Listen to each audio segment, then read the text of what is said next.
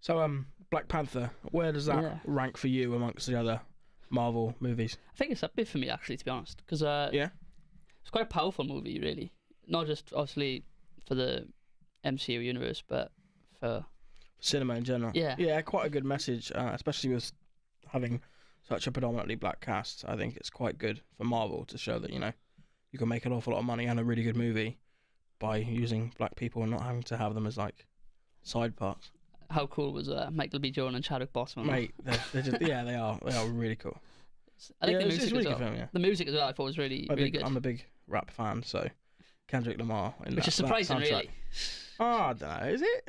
I'm a big rap fan, so Kendrick Lamar dominating that album was pretty cool. I thought all it came together quite nicely and it was a really good film. And it's up there in the MCU for me. Yeah, I really enjoyed it. I'm looking forward to seeing what that character will do in the Infinity War, which looked really good. Yeah, trailer. can't wait for that. Sick. Really can't wait for that. Yeah.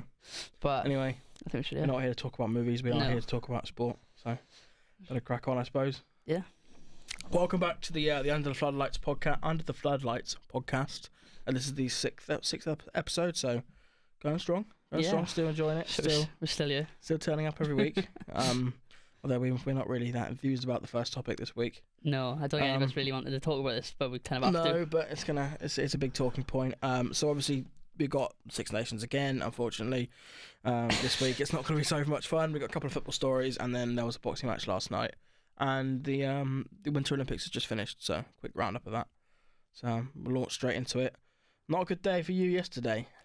Well, not as if it was a good day for you not either. a good day for me either, but as the more passionate rugby fan, not a good day for you. Yeah, if we'd done this podcast yesterday, I don't know if we could have made it because I was that angry. It literally, it was so bad. They had 70. I think they had 79% possession. Ireland. How can you expect to win a game when you give away that much possession? It's impossible. Is that because Ireland were that good then, or is it because... No, it's because our tactics and the way we played was awful. Because when we actually did play with the ball, when we kept the ball, we scored tries. And that's why we were so close in the game at the end, because we did manage to score when we did have the ball.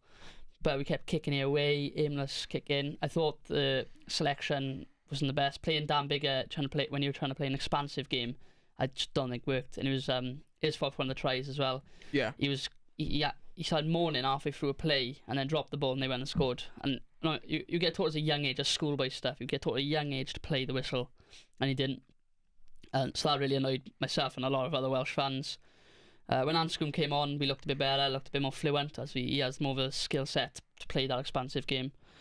But Ireland, not taking anything away from Ireland, they were very good yesterday. They pack just overpowered ours. They were dominant throughout.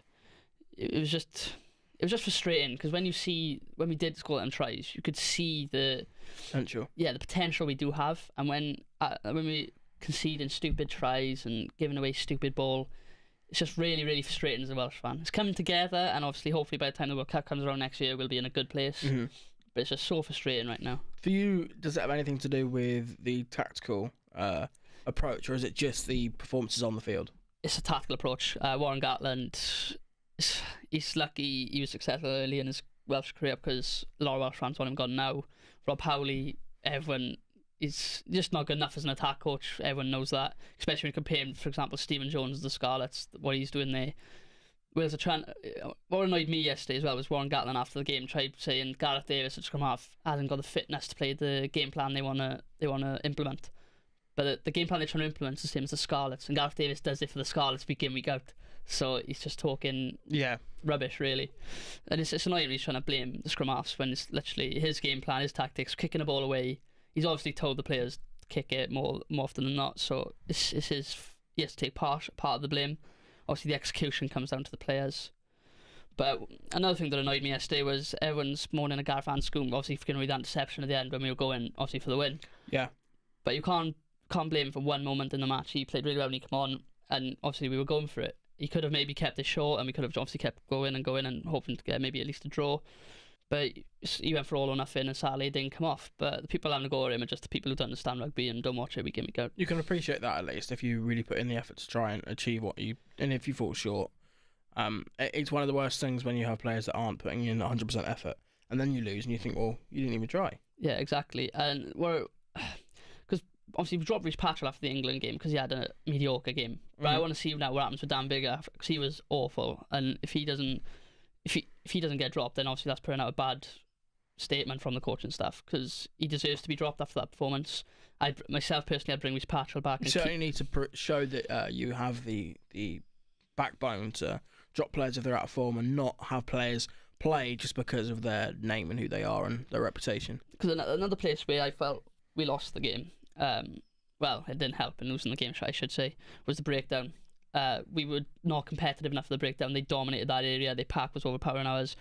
And that's what we're missing. Josh Nameed is I tweeted this yesterday and had a good response to it. Josh Nameed is a very good player, a very good back row player, but he is not an out-and-out 7. And that does cost Wales at the breakdown because we have no one challenging the ball enough to either slow their play down or turn it over. And that's really, really frustrating because I think every international side needs that out-and-out 7. Ireland yesterday had Dan Levy and he turned over a few different balls for Ireland. And obviously if we had someone like, say, James Davis, we could have had the same. John Barkley, perfect example is in the England game yesterday. John Barkley and Hamish Watson, Scotland, were merchants for the breakdown. They were turning over ball left, right and centre, and that helped Scotland obviously defeat you.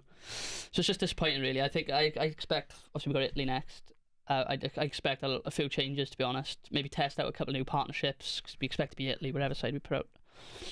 Going on to that, the testing out new partnerships, I was going to ask about that. Obviously, with losses to England and Ireland, it seems that Wales are pretty much out of the running now for the Six Nations. What do you do now? Do you look forward to the World Cup, or do you still try and end with a positive note? And I mean, I know you want to beat you want to win your remaining games against Italy and France, isn't it? Yes. But are you looking more towards the future, or are you still just focusing on the here and now, and then we'll approach that at a later date? I feel we've got to have a good mixture because we still need to win the games to obviously finish off Six Nations well for not just the table but for the rankings. We obviously want to be as high up as possible. And we need to obviously also plan for the future. We've got the summer tour coming up. We've got the autumns as well to utilise and add depth to our squad. But there's a few changes I make to the Italian game, which obviously I will probably mention in a bit. But I feel new partnerships need to come through in the Italian game or in the French game, and then pick the players on form for the French game, and that's what I do. And I think that's what Welsh fans want to see. It's just people in form and us trying to play rugby. Because when we did try and play rugby yesterday, as I said, we scored points and we scored tries. What about the England game then? Obviously, this is something that I probably should comment on, but with Everton playing yesterday afternoon, I didn't catch much of the game. I only caught little snippets here and there. What did you think of England, the way they performed, and was it England's failings, or was Scotland rising to the occasion? There's two stories to this game. I thought England were very sluggish, very poor, but Scotland were phenomenal, especially in the first half. They just wanted it more, I thought, than England, especially the pack. England never seemed to make easy yards when they were going forward with the ball. Especially Nathan Hughes, they were shutting him down quickly, which offered no chance for them to even offload the ball. I thought the Scotland pack were very, I'm trying to think of the word for it, but they were very aggressive in their play, and they were obviously targeting the England pack and trying to overpower them, which they managed to do at the breakdown. As I said, John Barkley and Hamish Watson had a field day. They were turning over ball left, right and centre. I thought John Barkley led his team fantastically well, and he was exceptional all game. And then Hugh Jones, what a player. He's turning out to be for Scotland at 13. Obviously, he scored 2 tries in the first half. He grew up obviously in South Africa, he's Scottish, and he seemed to have helped his game, obviously the way he likes to play, and he's got so much pace, so much power. But then even the second try, you could say England should have stopped him. Mike Brown and Anthony Watson, both missing a tackle, and that was dreadful. So I haven't seen the highlights. I probably should have watched the highlights. What was I going to say? Similar to the Wales question, do you think it was the tactical arrangement Eddie Jones obviously utilised, or is it more so the fact that players just weren't performing on the field? Well, you can't blame Eddie Jones for the way he set the team up, because it was just on-field performance, not rising to the occasion. Because you beat Wales 2 weeks ago with a similar team. I think only Sam Simmons was the only change, because obviously he's injured, so he brought back Nathan Hughes. And it's difficult. I think he didn't change the game quick enough. Maybe second half, his tactical, he left it a bit too late to start bringing on the changes. But I think he's got a lot of stuff to think about now, Eddie Jones in England. It's obviously Advantage Island for the Six Nations. I think he needs to worry about obviously his selection for the next game now. Similar to Wales, they lacked an out-and-out 7. Chris Robshaw was probably England's best player, but he is not a 7. So when you have someone like that playing 7, he's not turning over any balls similar to Wales. It's going to hurt you, especially at the breakdown. Sam Hill came on, and as soon as he came on, I think he turned over a ball in the first 2 minutes of being on the field. Sadly for him, obviously, he went and made a stupid, well, I should say tackle, but it wasn't really a tackle. He's shoulder charged the Scottish player, and obviously he got yellow carded. But I think Sam Hill needs to start in the next game, definitely. I'd also drop Mike Brown. I know he's man match against us, but that's because we played into his hands. Yesterday he was very poor. His tackling was awful. He wasn't in the game, and you can see Anthony Watson's a much better player. And who would you play out wide instead of Anthony Watson then, if he was going to drop back into fullback? Jack Noel. I think Jack Noel looks sharp when he come on. I'm not always his biggest fan, but he does always give it. Yeah, I'm similar there. I'm not as massive. But he does always give 110%, and when he's on form, he is a very good player. So I think what I'd do if I was Eddie Jones, obviously I'm not, and if I was England, but I'd move Anthony Watson to fullback, put Mike Brown maybe on the bench, bring in Jack Noel to the starting lineup on the wing, Johnny May, probably keep the centre partnership with Farrell and Joseph, Ford, and the other issue was scrum half. I thought Danny Kay had a very poor game yesterday, and you have to think, is Danny Kay and Mitchell Wigglesworth really the best 2 options outside of Ben Youngs? Danny Kay, obviously, you can't write him out because he's been obviously class for years, but there is better scrum halves in form out there, and you've got to think, should they pick on form? Dan Robson, for example, of the Wasps, on form he should be there, and maybe he could help. Then the pack, Nathan Hughes maybe lacked a bit of fitness, that's why he got brought off quite early, especially when Scotland was shutting him down. He wasn't able to get anywhere. Maybe it was a mistake then to bring him straight back into the starting. I think the issue is in the pack, they're going to have to bring in Sam Hill or maybe even Tom Curry. They need an out-and-out 7, but then I think Chris Robshaw will move to 6, and the issue is, who do you drop between Itoje, Laws and Launchbury? And that's a question a lot of people will find. I think a lot of people want Laws dropped, but I was going to say that's where I'd be leaning. But as most would say, probably the most out of form player at the moment has been Itoje. He hasn't had the greatest championship yet. The difference with Itoje is he's young and he has this ability that if he is playing well, he does turn on. That's the issue, because obviously we haven't really seen Itoje be out of form for England since his international career started, whereas he's coming through his period now where he's not to the high standards he's set before. But I think Eddie Jones and England got a lot to think about after the Scotland defeat. Scotland were phenomenal, England were poor. Simple as that, really. People trying to blame Nigel Owens is ridiculous. He got all the big decisions correct, and it was just England's failings and Scotland's ability to got him over the line. Going forward then, obviously England only have 1 loss under the belt, and they haven't played Ireland yet. So there's still the potential to go on and win the Six Nations, but obviously Ireland are now in the driving seat. What do you think? Do you think Ireland will go ahead and take it, or do you think England still have an outside chance? I did say before the Six Nations started, Ireland would win the Grand Slam, and I stand by that now. It's being proven a little bit. I'm disappointed, obviously, we didn't beat them yesterday, because I think we could have if our tactics were better and if we had the right selection. But Ireland are a very good side. When you dominate, if you look at their stats in the last 6 or 7 games, they have, against the Northern Hemisphere teams, they have dominated possession over 60% nearly every time, and it's hard to win rugby matches when you don't have the ball for a long period of time. So it is, yeah. So it's easier for them when they have and then when you have the quality of someone like Colin Murray and Johnny Sexton able to run the show from 9 and 10. Sexton was poor yesterday with his boot, and Ireland probably left a few more points out there. He missed a few kicks, but they have a great quality in players and depth, especially in the pack. It showed that yesterday. Without Ian Henderson and Tad Furlong, Andrew Porter, only 22 years of age, young prop, and he was exceptional. John Ryan again, second row, another good game. I thought Ireland are a very good side, and I don't see England beating them, especially after this weekend's performances. Yeah, it does seem to me that Ireland, I mean, I haven't seen much of the games, but it does seem that Ireland are in the driving seat, and like you said before, they are a good rugby side. If they are in that position now, where the only chance England have to win it is if Ireland make a mistake, Ireland probably won't make that mistake. They probably know that it's in their own hands now. They can win this easily. The only interesting thing is Ireland have Scotland also next. Yeah, that's true. But they've already played Wales and England, 2 of the tougher games. So if they can play Scotland and come out unscathed, then Scotland can still win it. Scotland only lost to us. They beat France. They beat England. Fair point. Yeah, they're in the same position as England are, really. Really, yeah. So if Scotland can beat Ireland in 2 weeks' time, it really opens it up even more. Really, yeah. It's between. Probably a 3-way race between Scotland, England, and Ireland. Obviously, we can still finish 3rd in that way. Obviously, your team's losing, but we've lost 2 games now. We beat France, we beat Italy. Well, we should do. if we don't, it'd be a very disappointing campaign otherwise. So looking forward to that. And I think Scotland, if they beat Ireland, will make the competition more interesting. Yeah, it certainly would be a lot more interesting to see the final. But I just don't see, especially after this weekend, we can't rule England out, obviously, under Eddie Jones. They've been quality since he took over. But at the moment, you must say Ireland will probably win that game and win the Grand Slam. Yeah, no, I wouldn't disagree with you there.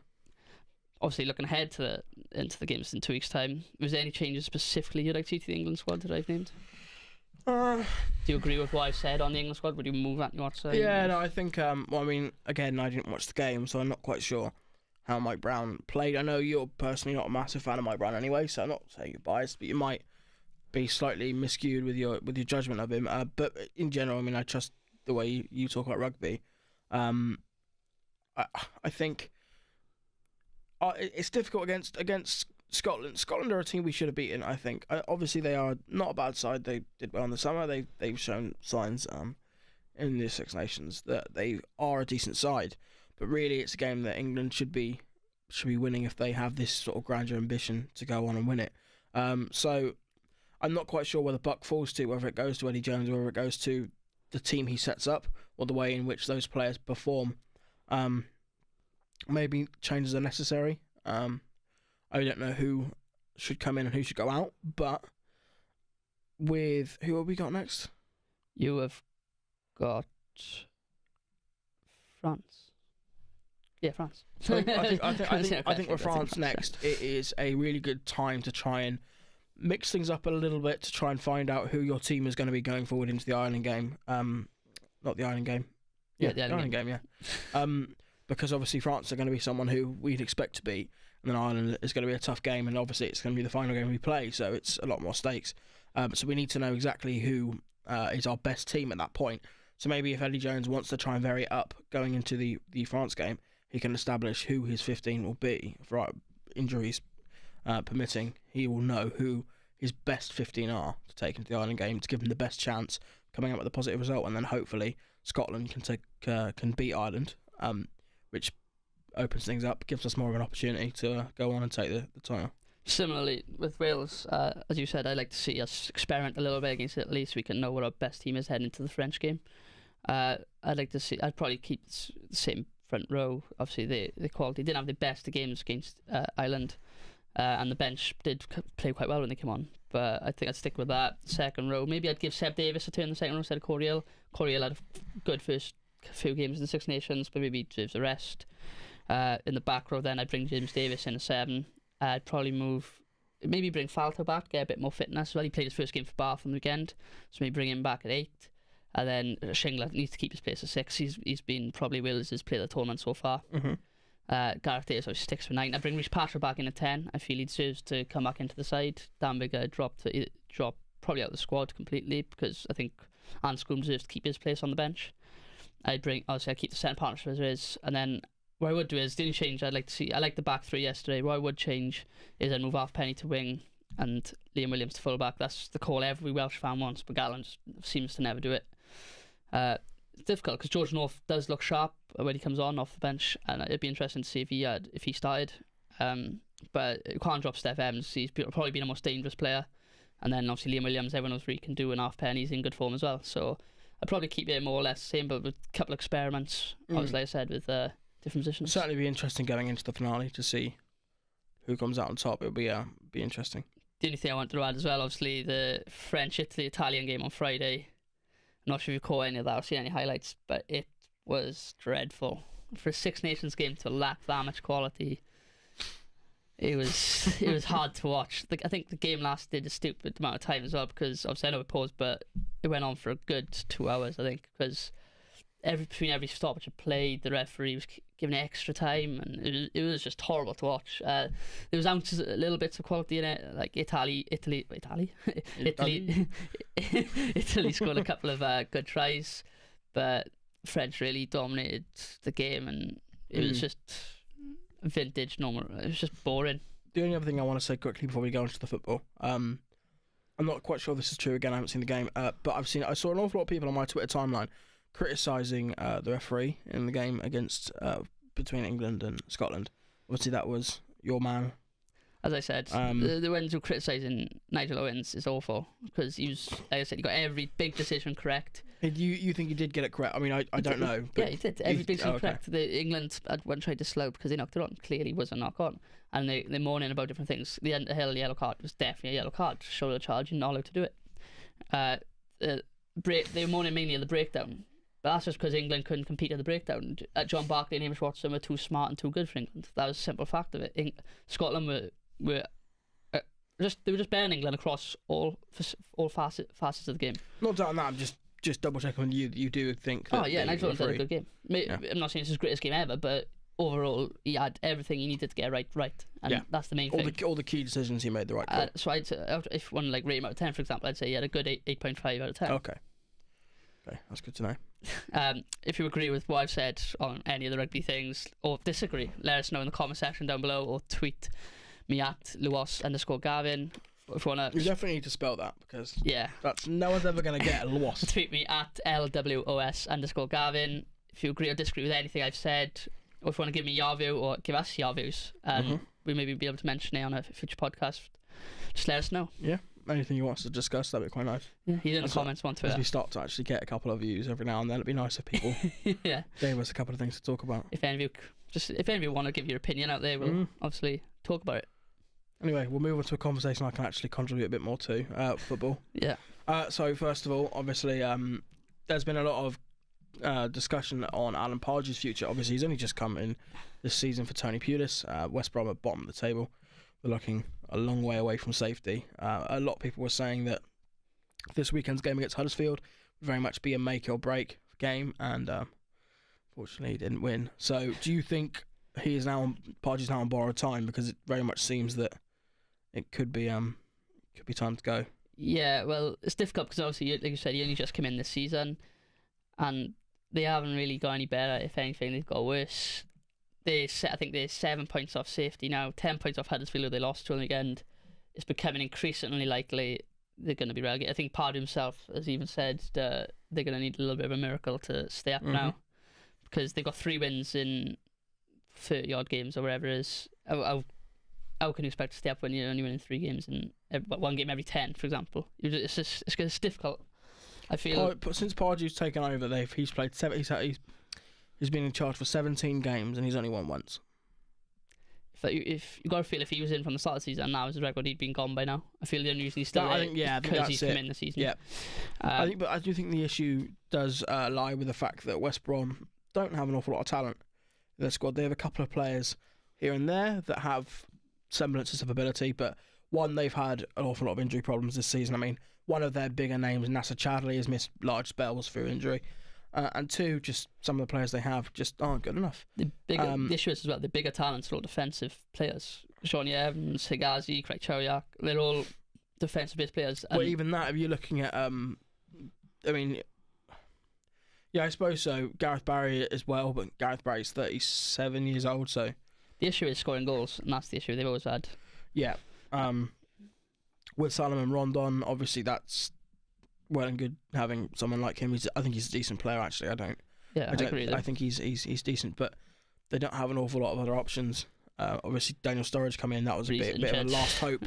But he's always injured. Realistically, with his track record on the injury bench, then it was never going to work. It's tough. It's tough for them. It doesn't look good. They could finally hit the drop. Yeah.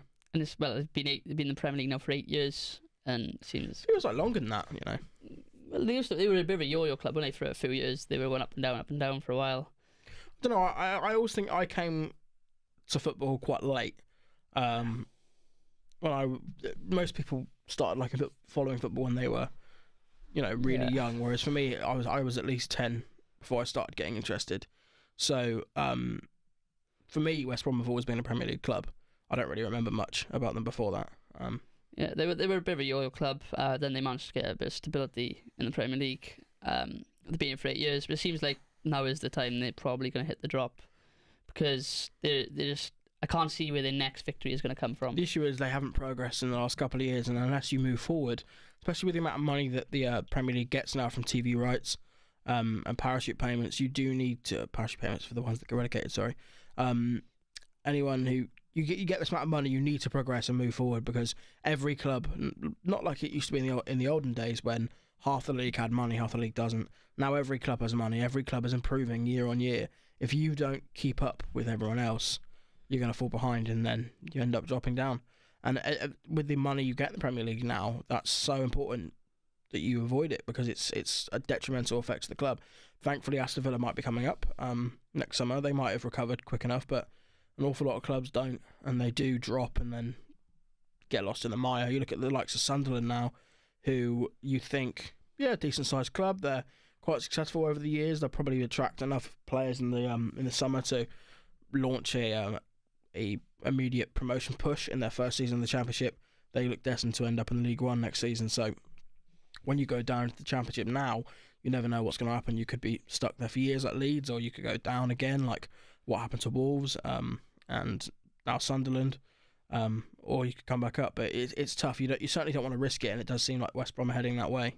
Do you feel West Brom should maybe take action now and try and maybe salvage the season by sacking Pardew, or do you feel they should accept they're going down and try and rebuild under Pardew for next season? I think they should sack Pardew now, but I think that's purely because I don't personally rate Pardew as a manager. I think he's got away with an awful lot of his career. Crystal Palace, he was lucky at the beginning. Newcastle, he was okay. He had one good season. Southampton before. I'm not a big fan of Alan Pardew as a manager who can create a rise from the players and do what they do. But I think West Brom will get relegated, and I think West Brom have to accept that now. The reason I sack Pardew is I think you need to now be looking at the Championship, planning exactly how you're going to come back. And I don't think Pardew's the man to do that. I think getting a coach now that you can really get behind next season, put money into his pocket, let him spend, let him really push for a promotion charge and come straight back up. I just don't think Pardew's the man to do it. Any names come to mind? Gary Monk's out of a job. I do like Gary Monk. I'm not sure if he'd be the right man to do it, because obviously he struggled with Middlesbrough this season, but Middlesbrough are a tough club. They don't have an awful lot of pace and youthfulness in their squad. Gary Monk at Middlesbrough, though, he had a decent squad, but they were starting to move up the league. He sacked him after they won, I think, 3-0. They sacked him after a win, which is obviously very rare. It was the first time ever in the Championship. 2 managers have been sacked in a game week, both after winning their games. I think Gary Monk's a very good manager from what he's done so far, and I feel he deserves another opportunity somewhere. Yeah, I mean, it was a shame things didn't work out at Leeds, and I always thought it was extremely harsh that he was sacked by Swansea. So I would be quite buoyant if I was a West Brom fan to have someone like Gary Monk come in. I think he's good, he's young, talented. Tim Sherwood's another one who I don't know what he's doing now, but I always liked him at Aston Villa.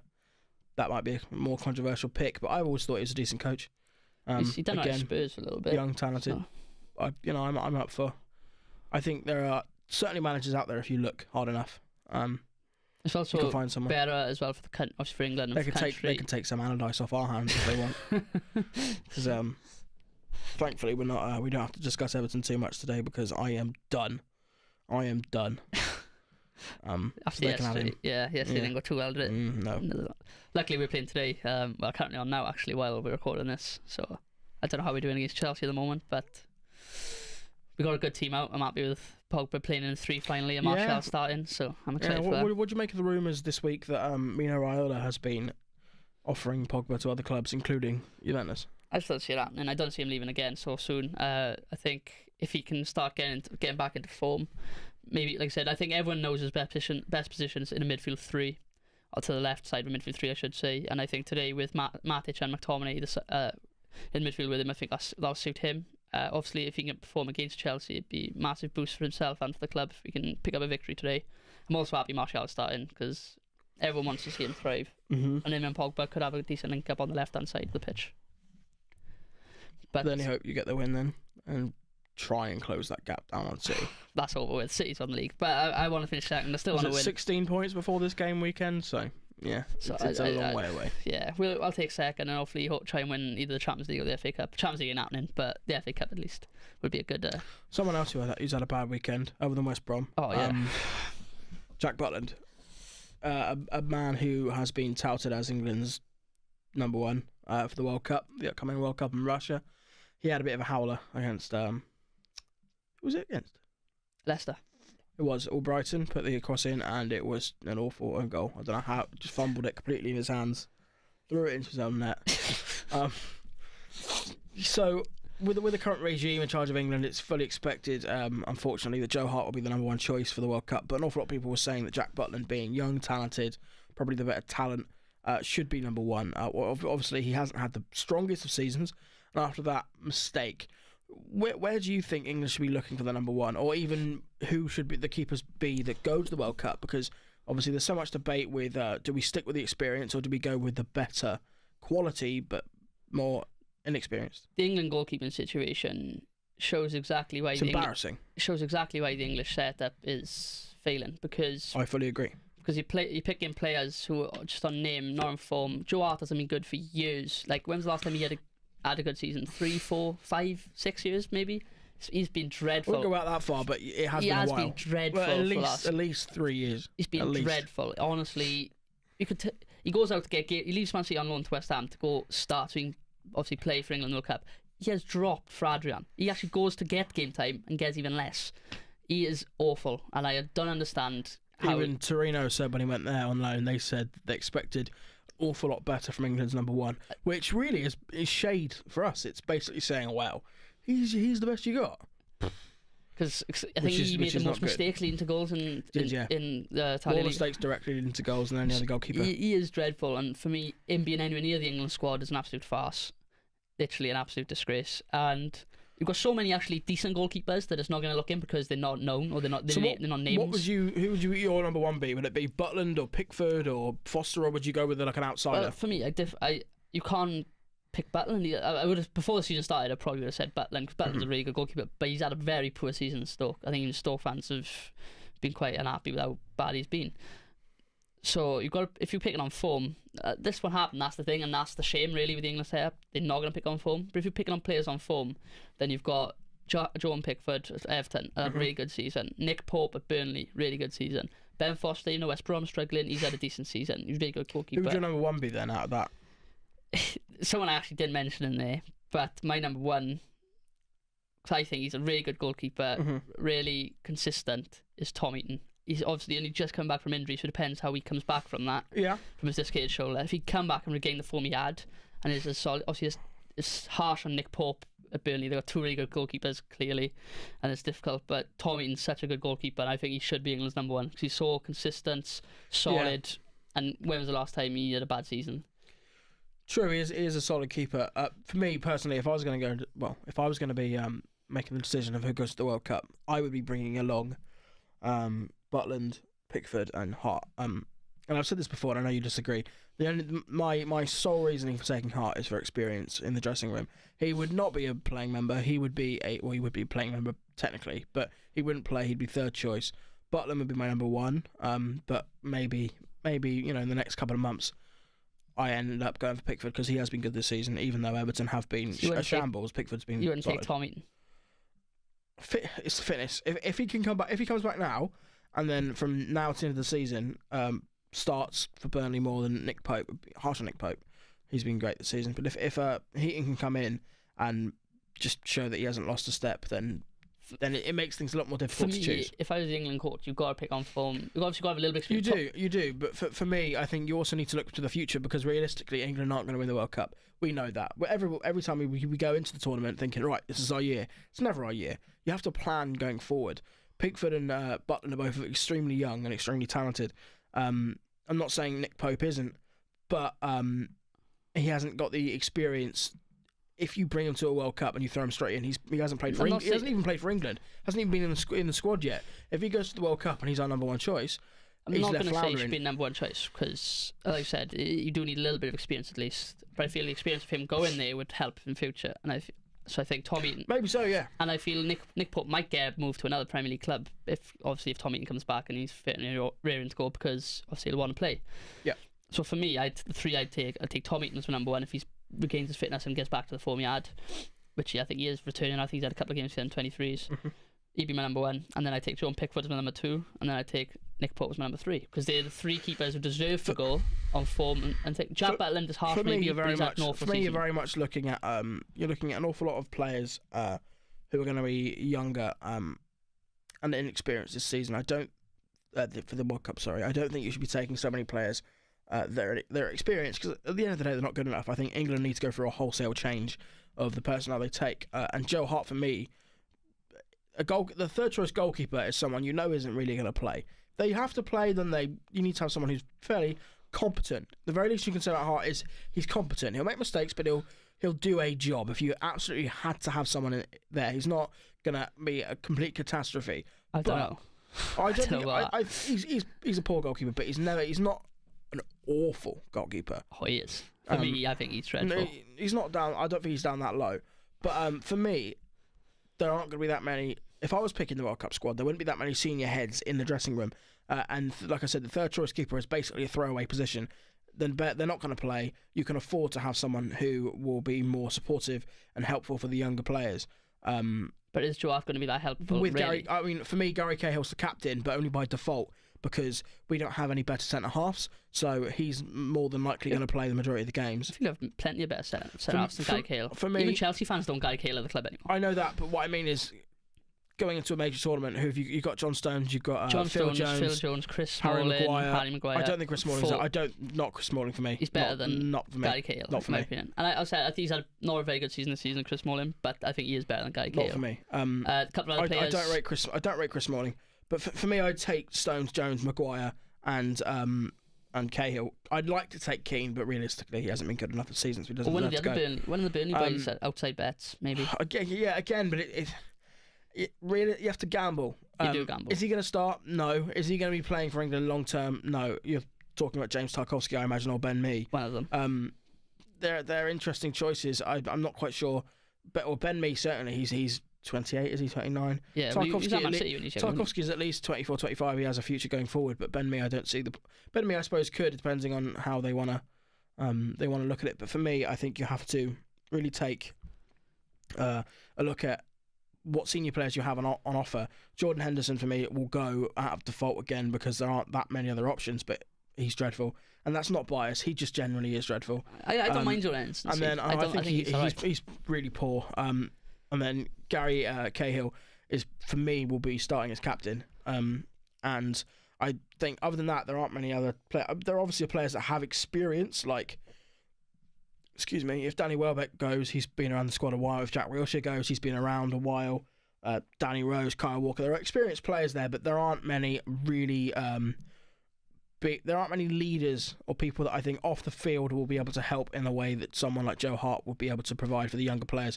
So he's someone that I would take just for that. Would he, though? That's the issue. Like, do you know if he's third choice, would he sulk? If he'd be willing to go as a member of as a non-playing member, then that'd be great. But he's not going to do that. Obviously, I don't know him personally, but from what I look at him and see of him, the way he acts, he's not going to be happy with that. And I feel he'd be the type of player to sulk. The other thing is, being third choice. That's a debate that a lot of people have, because an awful lot of people have said before that he's quite an arrogant person. That's what I feel he is. But then an awful lot of other people have counteracted that by saying he's actually a really nice guy, a really decent bloke who's really helpful and just comes across like that on TV. So it depends on how you know Joe Hart. Obviously we don't know him on a personal basis, so it depends on what he's actually like, and he could be. If you're going to pick people like maybe Harry Winks or the Crystal Palace one, Ruben Loftus-Cheek, people like that who are really inexperienced, he would just help. I think with a calming voice. If they're nervous before a game, someone who can speak to them. He's played in 2 World Cups now. He can say, "Look, it's fine. Don't worry. Just play your game, keep calm, do the same you do every week for Crystal Palace." And those I think. It's understated how important certain people are in the dressing room just to calm people down and help people understand the gravity of the situation. I'd rather take someone experienced in outfield positions that might be able to offer a bit more. Obviously, even in similar positions. What I'm saying is not on the field. I'm saying in the changing room. Yeah, but even in the changing room, I'd rather take someone, say. But the point is, let's say you take an experienced player, like Michael Carrick, for an example. All right, I know it wouldn't happen. He's retiring in the summer. He's had his injury problems this season and his heart condition thing. But let's say you take Michael Carrick, yeah? He's experienced. He can help talk to people on the pitch and off the pitch. He can offer guidance and whatnot. But realistically, he's not going to play very many games. Neither is Joe Hart. What's the difference? That is a position which we need to have as many options as we can. We can't throw away a midfield option. That means someone like Lallana will miss out, or Dyer will miss out, or Harry Winks will miss out. Players that would actually make a difference and influence the way England play. Third choice goalkeepers never play unless there is a disaster and the first 2 keepers get injured. They will never play. So it's basically a wild card choice, a free pick. I see where you're coming from, but why not one of the other experienced goalkeepers? Like who? Well, Tom Eaton's got experience, so he'd be number 1 anyway. Not of 2 World Cups, he hasn't. True. That's what I'm saying. But I'm saying that maybe if you have a younger player who is unsure of playing in the World Cup, they're nervous. It's the different occasion. It's under the lights. We're in Russia. We're playing against. We've got an easy group. Let's say we get out of the group and play Germany. We're playing against Germany in a World Cup round of 16 game. How do I deal with the pressure? Someone like Joe Hart might be able to calm people down. He might not. He might be rubbish. But at the same time, see where you're coming from. But I just don't think he should be anywhere near the England squad, and that's my personal opinion on it. I certainly don't think he should be anywhere near the playing. In the 11. The playing team. Yeah. But we'll move on from the England number 1 situation. Then we'll disagree. We'll talk about another England, another superstar for England on the opposite edge of Joe Hart. This one is actually a very good player. Yeah, it's Harry Kane. Obviously, we've just before we came on recording, Tottenham won. I don't know what the score was. 1-0 against Palace. 1-0, and Harry Kane scored. So now he is top of the goal scoring charts with 24 goals. Mo Salah scored 2 yesterday to equal at the time with 23. And Sergio Aguero sits 3rd place on 21. After that, it's Raheem Sterling on 15, so it's basically the top 3, and that's it. Who do you think looks likely to win the Golden Boot? Or more so, who do you think will win it, not who's more likely? I think it's tough to bet against Harry Kane. Because when Tottenham do score, it seems to be him the majority of the time. But then form Salah's in. He's obviously been incredible this season. An interesting debate actually I want to have on Salah after we finish talking about this. So I'll ask you what I've seen on Twitter between Guy Neville and Piers Morgan. The debate was about. Well, Piers Morgan said Mo Salah is the best Premier League player since Thierry Henry. So and Guy Neville was saying he's not even in the top 10 best players since Thierry Henry. 1 good season doesn't make a good player. So we'll maybe come back to that and discuss that. Yeah, I'll be happy to discuss that. Shut that down straight away because I think that's absolute garbage. By who? Piers Morgan or Guy Neville? Yeah, Piers Morgan. Yeah. So unless you haven't already grasped from my demeanour there, I'm not a fan of Piers Morgan at all. But yeah, we'll come back to that. If he makes sense, then I'll take it on. We'll come back to that. But okay. A top goal scorer, I feel Aguero. Obviously, with Gabriel Jesus coming back now, will he play enough games, start enough games to score as many goals as Harry Kane and Salah? I seen a ridiculous stat on Mo Salah yesterday. He's obviously got so many goals this season, as many as he got, but he has missed 19 clear-cut. I think it was something like 19 clear-cut chances this season, and that's just in the Premier League. So imagine if he scored even half of those, he'd be like 10 clear of Harry Kane. It's strange. It's ridiculous. He misses so many chances. An awful lot of people. Sorry, I'm just going to be high. Yeah, not looking all over the place. It's interesting because before the season started, an awful lot of people were dubious as to whether Mo Salah would be a good signing, and I will profess I did say he would be a great signing. I've always thought he'd be a great signing. Never thought he'd do this.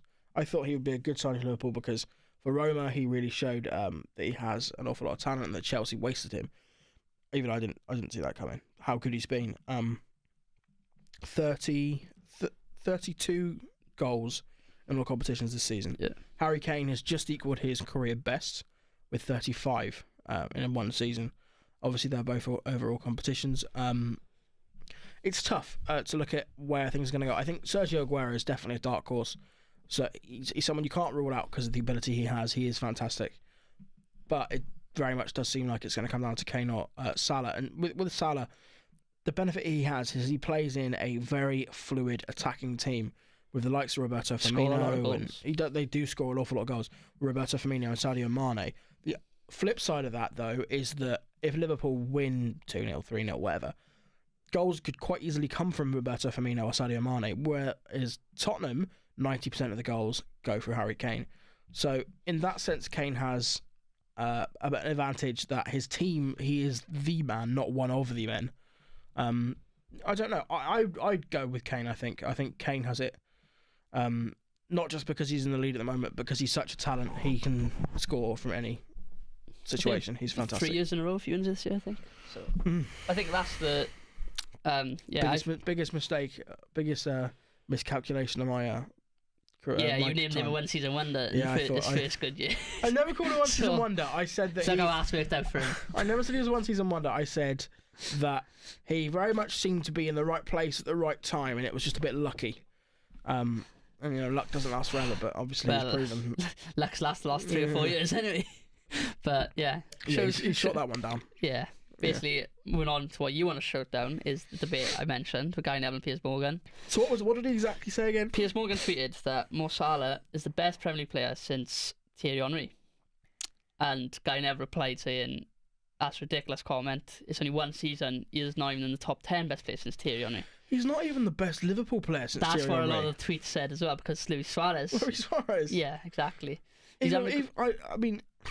like you said, one season. I'd even go as far as saying Fernando Torres. Fernando Torres at Liverpool. People forget. Yeah, he was incredible. People forget with what he's doing now with Atletico Madrid and what his poor seasons with Chelsea. He was unbelievable with Liverpool. Unbelievable. And Mo Salah's one season makes him better than Fernando Torres for Liverpool. Exactly. You can't I think it's tough to judge. You can't judge till end of next season, or maybe even the season after that. Because if he does score 20 goals next season and then say 20 the season after that, then yeah, maybe you can say he's probably been the best Premier League. Well, you can't really say he's been the best because you still had Ronaldo in that time as well. Yeah. But people are saying about Ronaldo saying... I didn't even think about it. Yeah, but people are saying because Ronaldo played the same time as Henry in the Premier League, that's why he didn't count him. But I'm not sure if that's true or not, because he obviously... Henry left in 2007, Ronaldo left in 2009. So are we counting when Henry come back?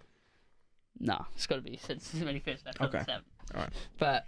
I mean, there are a handful of players. Exactly. Sergio Aguero. You feel it's an easy debate, but it's Piers Morgan, so... Sergio Aguero is up there for me. I mean... I think he's got 200 goals for Man City. Yeah. So... That's ludicrous. It's just awful. So you're on Guy Neville's side in that then? Oh, yeah. I think Salah's, like we said, he's had a fantastic season. But... He needs to do it again, basically. He needs to do it again. You think if he signed, I can't remember what month he signed here, but it hasn't even been 12 months since he's been in the Premier League. No. It's February. I mean, I know it has been good, but you need to expect more consistency. He could be a one-season wonder. I don't think he will be. I think he's been that good that he's shown that that's not the case. But you never know. Nikita Jelavic, when he signed for us in January in 2012... I think there's a big difference between Nikita Jelavic and Mohamed Salah. There is, but what I'm saying is when we signed him, he scored, I think it was 10 goals in 10 games or something along those lines. He scored a lot of goals, and we had a notorious, before Lukaku, we've always had a striker problem. We never had anyone any good. And we were like, great, what a signing, and then 6 months later, different player. I don't know who come back from summer holidays. I feel... It wasn't Nikita Jelavic. The thing with Salah that's worrying... Some holidays, Jesus. Well, it's good news. Come back for pre-season. It's good and bad news for Liverpool, and obviously awful for other teams. The Salah, I think, could still improve. Like I said, he's missed 19 clear-cut chances in the Premier League this season. That's just Premier League. He's still only 25, 26. Yeah. So he hasn't hit his prime yet. Even if like I said, if you had 10 of that, that's over 40 goals. He could easily reach 50 goals this season. And if he's took more of his chances, you never know how many he could get. And it'd be interesting as well if Liverpool can find a big replacement for Felipe Coutinho. They'll obviously have Sadio Mane next season for Roberto Firmino. Naby Keita will come in. They'll have a replacement for Firmino. They'll build this good attacking unit, you'd imagine, who would mean that Salah gets even more opportunities and more chances to score. It really does pay me to say, but Liverpool could challenge next year for the title. Well, they're making the right moves. Yeah, I've been impressed with the way Klopp's signing. I think Coutinho, Alex Oxlade-Chamberlain has been someone who's really impressed me this season, playing in a variety of different positions. He's been quite good, and I think Klopp actually made a really smart decision to sell Coutinho, because for me, 142 million is absolutely ludicrous for someone like that. Someone who doesn't want to beat it. Good player, but he's not 142 million. You're having a laugh, and you can do an awful lot of good with that money. And I think Liverpool haven't shown that they're missing him, so the fact that they have that money sat in the bank to spend in the summer, it shows that they could be in a really strong position come next season, which pains me to say, obviously. But yeah, it's going to be interesting next year, and I can't wait. Remember a couple of years ago when 2 years in a row Everton finished above Liverpool on the table. Those were golden years. They were. Now we're ninth. Before we mention some decent news, I say decent news. We were losing 1-0.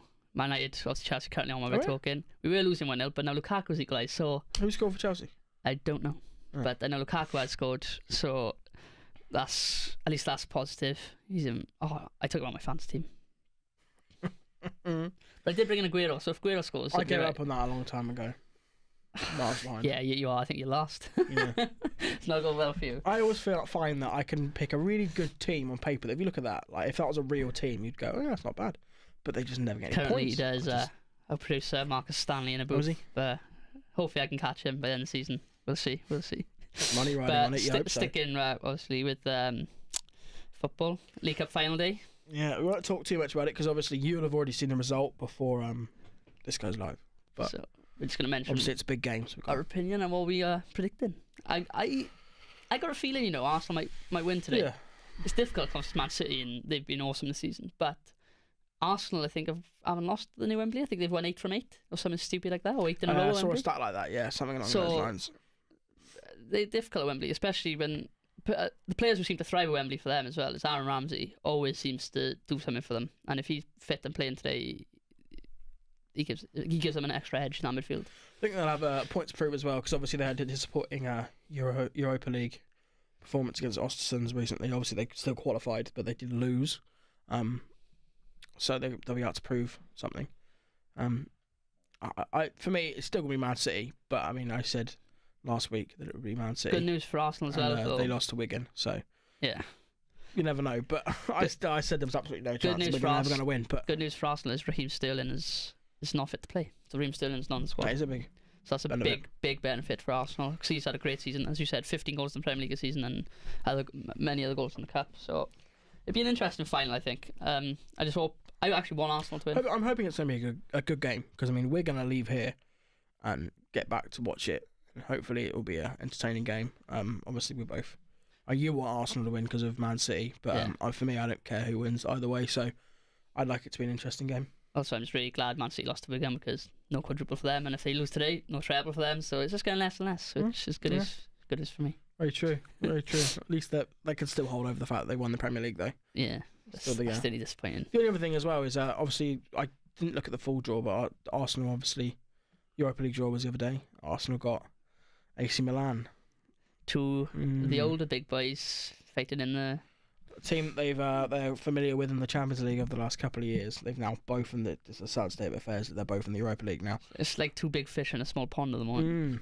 How do you see Arsenal doing that? Do you think they'll progress or? AC Milan have been poor for a few years now, and they don't seem to be getting much better, to be honest. Depends what side Arsenal put out. If they keep playing the youngsters, it might be a bit more difficult. But if they actually attempting to win it like we did last year, then I think they could win if they're going for a stronger team. See, I don't know. I'm gonna back because you like AC Milan. You're like one of your second teams type of thing. You have a big part. I'm gonna back Milan. In the Europa League, they've been doing really well this season. Andre Silva has been dreadful in Serie A. Hasn't scored at all.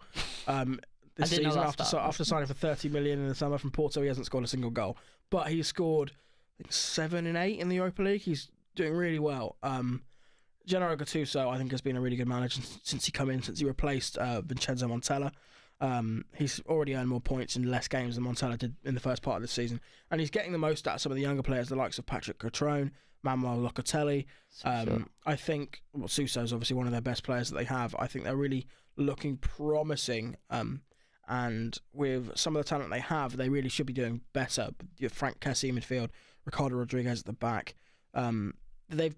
Leonardo Bonucci, the captain. They've got so many talented players in the squad. It's Gianluigi Donnarumma's birthday today. 19 years old, 108 games, 39 clean sheets, and he's 19. It's absurd. They've got enough talent that they really can put Arsenal on the back foot if they work hard. But it will all depend on the way they set out. One of the main issues with Milan this season is obviously having signed so many players for so much money. That's difficult to gel instantly. So players have been dropped out of form. They've been similar moved to around. the Everton situation. Yeah, but Everton haven't switched their team as much as Milan have. Milan change formation and change personnel on a weekly basis. But I think if they line up properly, I think they could be a tough task for Arsenal. I mean, one player that I'm really looking forward to seeing Arsenal face off against is Fabio Borini, who was a joke when he signed for Milan, who has been decent this season. So, I'm looking forward to it. I'll be cheering Milan on. Obviously, Everton are out of the Europa League now, in embarrassing circumstances. So I'll be cheering. Milan. I think like I said, depends on the team. If Arsenal put out the stronger team with Aubameyang, Mkhitaryan, Ozil, I think they'll win. If they don't, if they go with what they have done in the Europa League group stages and against Ostersund, they'll lose. I think that's a simple fact of it. But yeah, it should be an interesting tie. Probably Arsenal will definitely be the favourites going in. Yeah, because AC Milan, as you said, have been terrible for a long time now. They have, and Arsenal still have shown this season that they're a decent side, even if they are struggling with the top four. Yeah, but on to boxing now. Obviously, we mentioned last week that George Groves won his bout against Chris Eubank and moved on to the final. And Callum Smith won his fight last night. I think last week we hadn't actually. We were saying that he was fighting the German guy, weren't we? Yeah, but he hadn't even pulled out that by that point. Jürgen Bremer pulled out in the week. So Nicky Holsken, a Dutch boxer, 13-0. He's like 34, I think. He also does Muay Thai, but he stepped up late replacement. Muay Thai? Late replacement to fight Callum Smith, and it was pretty simple for Callum Smith, really. It was a unanimous points decision. I think it was 118 to 110 and 217 to 211s. So it was a dominant performance, really. I think he did get caught in the first round, and that woke him up a bit, and he just dominated from there on out. It was pretty easy going. But as he said that he was always looking at the George Groves fight. That's the fight he wanted. That's what he's been looking at the whole time. And I feel it could be a really interesting matchup. What do you think on that in the final? Obviously, a big showcase final. I'm looking forward to it. Obviously, they're both really good fighters. George Groves has had his setbacks over the years, but is looking like he's in a good run of form at the moment. Shane McGuigan's really turned George Groves. He has, yeah, since he took him on as a coach. But Callum Smith is a really good fighter. Unbeaten at the moment. I don't know. It'd be tough. I'd probably lean towards Callum Smith, but I don't know. It will be close. Similar to you, I would lean to Callum Smith because he's a very good boxer, but the only issue I have is he hasn't really fought anyone of the standard that George Groves has fought at. So he hasn't fought like a Carl Froch or Pardew Jack. I know Groves lost to both of them, but he's been at that level. Yeah, and he's obviously beat Chris Eubank, whereas Callum Smith has only fought Rocky Fielding, as British competitors go, and Eric Skoglund from Sweden. They're the only two fighters he's really had of decent standard. So it's going to be difficult. Callum Smith, the question over him is going to be, can he step up to that level? Yeah. And if he can, then I think he could. It'd be a great fight, and he could end up pulling off the victory. But it's going to be really interesting. Obviously, it depends how Groves recovers from his shoulder operation as well. Obviously, he just get his shoulder, he's had the operation. If he can recover from that, and it'd be really interesting. But I'm going to lean towards Callum Smith. Yeah, I do the same. Finally, last topic we want to cover was, we mentioned the just quickly Olympics. We have actually, this is probably our longest podcast. I've noticed we have gone on quite a while. Yeah, time flies, but just got to say that we'll say well done to obviously Britain in the Winter Olympics. Got our best ever medal haul of 5 medals. I've written them down. I'll read them off. So I haven't memorised these. 1 gold, 4 bronze. We had 1 gold medal. Lizzie Yarner won for skeleton. In the bronzes, Dominic Parsons won for skeleton as well. Izzy Atkin for freestyle skiing. Laura Diaz for skeleton, and Billy Morgan for snowboarding yesterday. So it's a decent haul, that 5 medals. It really is. So it's good, at least an improvement. Anyway, like we said before, when you're in that when you're in this country, obviously the opportunities to train in that kind of circumstance is very difficult. We don't really get the weather over here. We don't have the facilities, so it's difficult really to train and get to a level where you can compete, especially if you can then go on and win, and place in the medal position. So it's a good thing. It's just good signs to show improvement, and if also with that improvement, you're encouraging others to maybe give it a go. And take you watch the snowboarding, and you see a British guy standing on the podium. You think, well, that's not possible. Then maybe I can do that. Also money wise, this helps obviously get investment. Definitely, if you're showing improvement, funding is certainly good. Yeah, if you're showing improvement, funding is obviously going to increase. So that's going to Britain heading into the Olympics in 4 years' time. So if we can keep improving, keep going, I feel it's only going to get better for Britain at the Winter Olympics. Yeah, I definitely agree. So I think it's time to wrap it up. Yeah, I think so. Thank you all for listening to this week's Under the Floodlights podcast. Go ahead and check out all our old episodes. Our previous videos, they're on our YouTube channel. Also, we want to say that our next podcast is going to be out a little bit earlier. We're filming on Wednesday, so it's going to be out on Friday or Saturday this week. So keep an eye out for that one.